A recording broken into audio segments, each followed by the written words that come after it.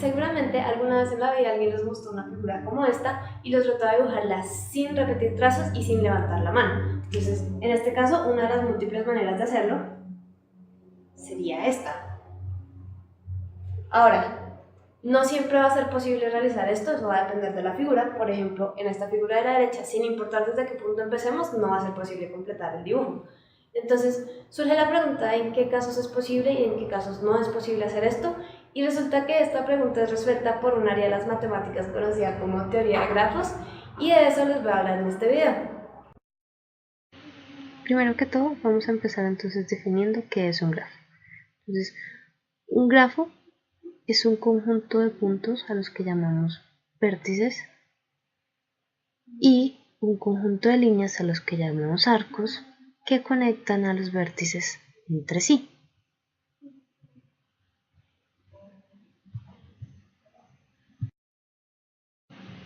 Vamos entonces a representar el dibujo de la casita que teníamos en un comienzo. Entonces dibujamos 5 puntos, cada uno de estos puntos es un vértice. A cada uno de los vértices les asignamos una letra para identificarlos fácilmente y pues conectamos por medio de arcos los vértices correspondientes. Los grafos tienen muchas aplicaciones porque por medio de ellos podemos representar o modelar situaciones del mundo real. Por ejemplo, podemos hacer que los puntos representen ciudades y que las ciudades representen las carreteras que hay entre las ciudades. O, por ejemplo, podemos hacer que los puntos representen personas y los arcos representen las relaciones de amistad entre ellas. Cabe resaltar que los arcos de un grafo bien pueden tener dirección o no tenerla. Entonces, en caso de que sí la tengan, a esos grafos se les conoce como grafos dirigidos. Y en caso de que no la tengan, a esos grafos se les conoce como grafos no dirigidos. Como en este caso en particular no nos importa la dirección de trazo, entonces nos vamos a enfocar en los grafos no dirigidos. Ahora vamos a definir qué es un camino. Entonces, un camino es una sucesión de arcos que van a ir desde un vértice hasta otro, es decir, que me van a conectar dos vértices. Entonces, si tenemos, por ejemplo, el siguiente grafo que tiene 4 vértices A, B, C, D y E, un camino entre los vértices A y C sería coger el arco AB y el arco BC, y este camino lo representamos como una sucesión de los vértices que vamos visitando. Ahora, la noción de camino nos permite definir una nueva clasificación de grafos que van a ser los grafos conexos. Y entonces se dice que un grafo es conexo si entre cada parte de vértices hay por lo menos un camino. Es claro que para lograr hacer el dibujo sin levantar la mano se necesita que los grafos sean conexos. Por ejemplo, en este caso se tiene que el grafo sí es conexo. Ahora, existe un tipo de camino particular, el que se le conoce como camino euleriano por el matemático Leonhard Euler, que fue el primero en estudiar este tipo de caminos. Y estos caminos son aquellos que usan todos los arcos del grafo, pero que no repiten ninguno de ellos. Entonces vamos a poner el mismo grafo de ejemplo de antes, que tiene 4 vértices A, B, C y D, y vamos a ver un camino euleriano. Entonces de C a B, a C y luego a D. Tenemos un camino euleriano, pues estamos utilizando absolutamente todos los arcos del grafo. Algo importante de recalcar es que en un camino no necesariamente se tiene que volver al mismo punto desde el que se inició. Además, es claro que nuestro problema inicial de saber si se puede o no dibujar la figura es equivalente a saber si en un grafo se puede o no construir un camino euleriano.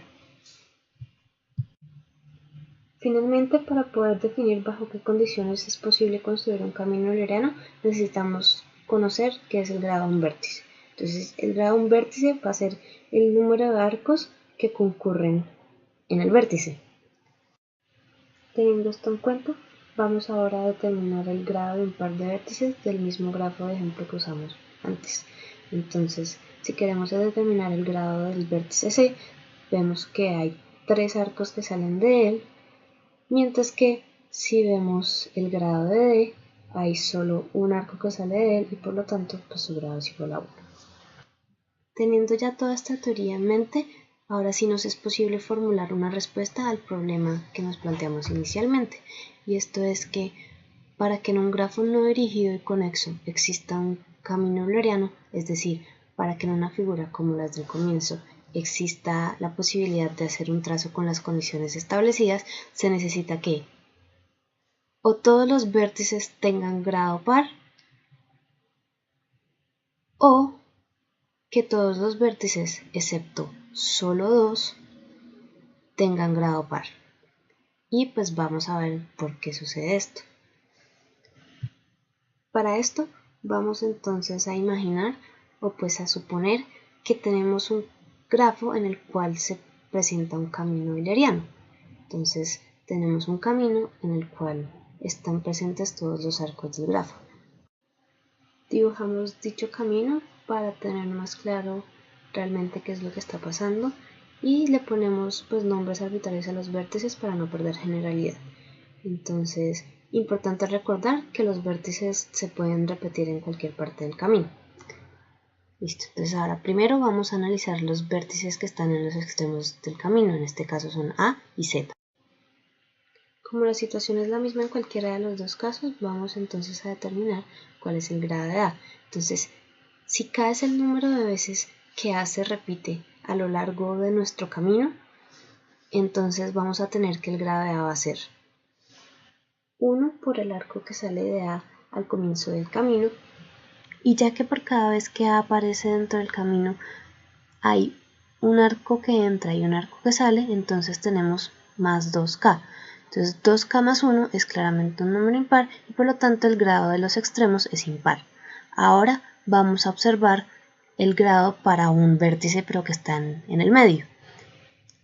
Nuevamente, si definimos K como el número de veces que el vértice aparece en el camino, y va a suceder lo mismo que en el caso anterior, entonces por cada vez que el vértice aparezca en la mitad del camino vamos a tener un arco que entra y uno que sale, por lo tanto el grado de D va a ser igual a 2K, o sea un número par.